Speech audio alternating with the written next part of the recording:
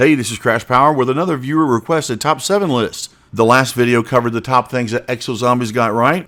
Well, today's topic flips that coin and covers the top 7 things Exo Zombies got wrong. This is not going to be as a cheery review, but it'll be honest. Before I do number 7, can you guess? Is there something that you think will be on this list or that it wouldn't be first?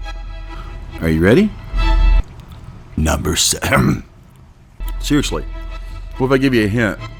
Oh, here we go. Number 7. The EMZ Zombie. Now, yeah, I know it makes the game more challenging, but more people that I've played with have bitched and bitched about getting EMZ. That I bet if I took a poll among YouTube viewers that one perk they think these zombie maps are missing is a perk to be able to protect you from those damn things. Because after you've had the exosuit and you're jumping around and having very high mobility, it's just crippling to not be able to use it and you're hopping trying to get away from the zombies. They don't even have to hit you or even be heading in your direction. They can have their back to you. If you make an exo move within their radius, you get zapped. Hey Sledgehammer, I'm not going to buy any advanced supply drops, but if you want to offer a microtransaction that I will buy the hell out of, sell that as a perk. Immunity from the EMZ Zombie. And next on the list, Number 6. Initially, in the first map or two, the wonder weapons really sucked. They didn't live up to the word wonder weapon. I mean, a lot of people may like that shotgun, but it looked neat, but I didn't feel it was that powerful. And the one that they came out with in Burger Town, the microwave gun, was ridiculously not good.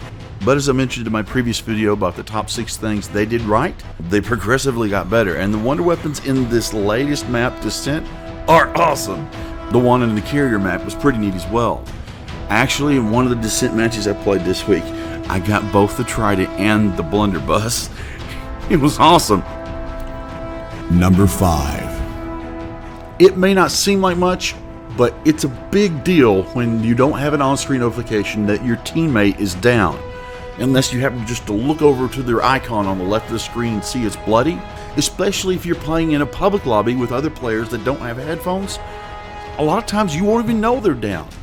A simple on-screen notification, this player needs to be revived. That's very simple. I think that definitely needs to be in, if they make Exo Zombies again, hopefully they will, that it needs to be in the next map. Yeah. Have you died before because someone didn't know you were down? Number 4. The inability to keep a crawler, or at least a few uninjured zombies. It's so annoying when you're trying to figure out an Easter egg. And no matter what you do, unless you have the Goliath zombie chasing you around, you can't keep the round from ending. Eventually they're going to die. I mean, this may be, part of the strategic evolution of the zombie game and a whole. Treyarch may do this, but yeah, it's a real pain in the ass that no matter what you do, eventually the round is going to end because they're just going to die. Oh, and this definitely would have made the top 7 list, but you fixed it. But I have to mention it. When you launched your Exo Zombie game, you didn't give us the ability to pause it in single player. They fixed it, a couple weeks, a month, but just, did the pause button not occur to you? Anyway. Number 3. One thing I have really noticed from the previous Exo Zombie maps is they really don't retain their replayability, which is a key factor Treyarch makes sure to attend to. After about maybe 2 weeks of each map, we get tired of it. But so far, I want to play Descent over and over and over and over and over again. I'm really pleased with the latest DLC zombie map they've come out with in Advanced Warfare. Number 2. The weapon upgrade system. I don't know what the plan was behind this, but instead of pack-a-punching your weapon for 5,000 points, it takes 50,000 points to completely upgrade your weapon. 20 upgrades at 2,500 points each. And heaven forbid you die and come back the next round and have to start over again. Even if you had the wonder weapon for the map and had it upgrade a level or two, you can, if you get it back from the 3D printer, it'll still retain the upgrade. But it's ridiculous to always have to come up with 2,500 points and keep up with that to upgrade your weapon all the way. And you can't completely upgrade it unless you complete the Easter egg every single time. You constantly have to keep upgrading and upgrading and upgrading and upgrade. What was the point of this? Just to keep your ammo if you needed a max ammo or whatever?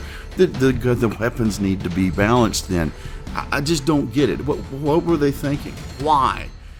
Who gives a shit about having new camo on the gun? I mean, yeah, it's cool to have diamonds, but the ugly green one when you get your first upgrade, who cares? Oh, but there's also enhanced weapon performance. Like, you could have a foregrip. Well, fuck, you get that in Treyarch pack-a-punching on some weapons as well. In the melee, you get a freaking thermal sight that is a pain in the butt when you're trying to, sometimes, in Mob of the Dead, you can keep pack-a-punching the sniper rifle until it has iron sights and a silencer. Now, if I were to play Devil's Advocate, the first thing that might come to mind is, but, Crash, I run out of ammo in Advocate. I got to go ahead and upgrade it once, then it reloads my ammo. Well, true, I have to do that sometimes. Even if I get max ammos at the end of an infectious round or dog round, but they put more bullets in the gun or make them deliver more damage or something. That can be. Be advised. Stand clear. Switching to whitey bitch mode.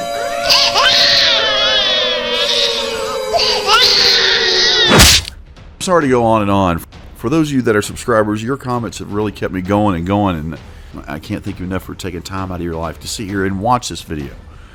But if you have a different feeling on that weapon upgrade system, please let me know in the comments below. I really want to know, is it just me or what? And if you prefer it, what is it about that system that you like? And the thing that earned the #1 spot is something that probably all the other YouTubers know, but I'm curious if you knew that this was broken while it was broken. Number 1. Shortly after the DLC for Burger Town came out, there was a problem in the code, and if you tried to complete the Easter egg at the next last step, it would kick you out of the game. And for 17 days, they didn't fix it.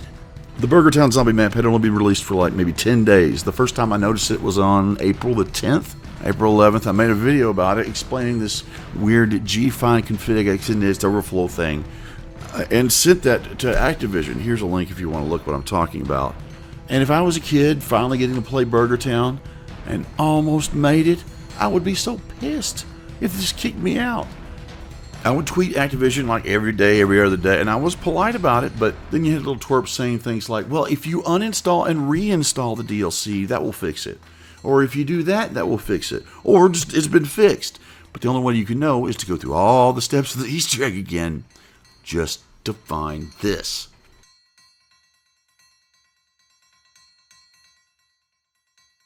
Activision would keep telling me we're aware of the issue and trying to resolve it. It wasn't fixed until April the 27th.